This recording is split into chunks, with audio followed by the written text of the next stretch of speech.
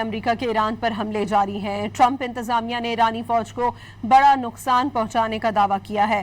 دوسری جانب ایرانی فوج بھی امریکی حملوں کا بھرپور جواب دے رہی ہے۔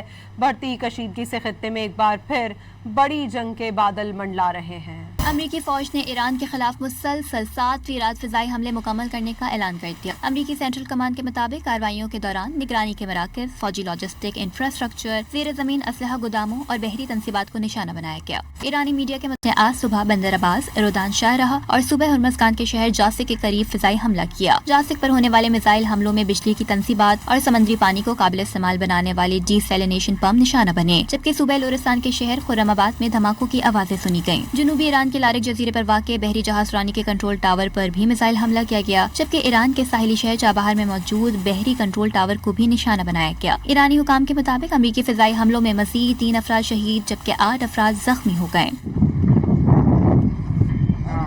ایران نے بھی امریکہ کے خلاف جوابی کارروائی کی۔ ایرانی فوج نے بحرین میں شیخ عیسیٰ ایئر بیس، کویت میں علی السلم ایئر بیس، اردن میں الازرق ایئر بیس، شام میں امریکی فوج کے آپریشن کمانڈ سینٹر، عمان میں امریکی ریڈار اور ہیلی کاپٹرز کو نشانہ بنایا گیا، جبکہ قطر میں موجود امریکی اہداف پر بھی حملے کرنے کا دعویٰ کیا گیا۔ ایرانی افواج کی جانب سے بوشہر میں امریکی ڈرون مار گرانے کا بھی دعویٰ کیا گیا، جبکہ پاسداران انقلاب بحریہ کے مطابق MQ-9 ڈرون کو جدید فضائی دفاعی نظام کے ذریعے روک کر تباہ کیا گیا۔ پاسداران بحریہ کے مطابق شمالی بحر ہند میں امریکی بحری جہاز کو وارننگ کو نظر انداز کرنے پر کروز میزائل سے نشانہ بنایا گیا۔ بارودی راستے سے گزرتے ہوئے 2 تیل بردار جہاز دھماکے سے پھٹ گئے۔